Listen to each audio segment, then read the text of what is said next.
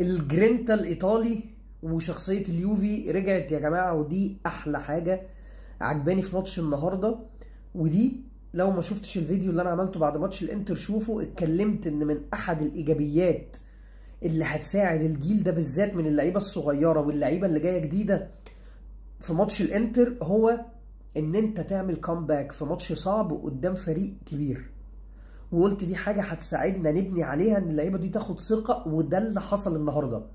لو تفتكروا، مش هقولك من سنه ولا من سنتين، من كام شهر بس في نهايه الموسم اللي فات، كان خلاص انت لو انت ما جبتش جون الاول والفريق اللي قدامك سجل، كنت بتلاقي خلاص اللعيبه اللي بيتمشى في الملعب باصات بقى عشوائيه، اللي بيشوط من بره، اللي عايز يرقص لوحده، لوكاتيلي عمال يلعب كور طوليه من النص، ماكني واخد الكوره بيجري بيها في الاوت، بتقوم منزل واحد زي كوستيتش فاهم يفضل يرفع عرضيات في ظهر عشوائيه بقى خلاص.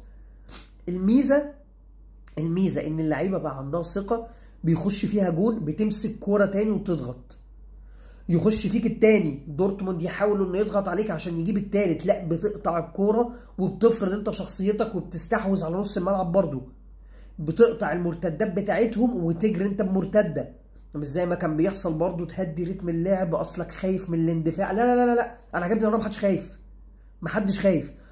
في مشاكل تكنيكال دي احنا عارفين ان هي موجوده عند تودور وان شاء الله تتحل. في لعيبه ممكن تبقى لسه كان ممكن تجيب لعيبه احسن، كل الكلام ده انا متفق معاك فيه. ولما اتكلمنا على الصفقات قلنا ان صفقات افريج، لكن الروح هتعرف تخليك تتخطى كل ده. الروح النهارده مخلياك في الملعب لا عندك شخصيه، المشاكل الفنيه زي ما قلت لك مستخبيه، اللعيبه اللي ممكن يكون كان عندنا عليها كونسيرنز او بعض التحفظات لا فائت. ما هو لما الكل بيسترجل في الملعب واللعيبه بتدوس على نفسها وبتآمن وبتصدق، بتلاقي حتى اللعيبه القليله بتسخن معاهم. عارف انت لما تلعب خماسي مع اصحابك، حتى لو في لعيب نفسه مش على قده بس بيلاقيك عمال تجري وتروح وتجري تجري، هتلاقيه مره في الثانيه بدأ يجري معاك، هتلاقيه بدأ يتزحلق ويطلع منه حاجات غريبه وتبقى انت مستغرب، بس خلاص هو سخن عشان الفريق كله عالي. فدي الميزه بتاعت النهارده. طبعا كان نفسي في الثلاث نقط.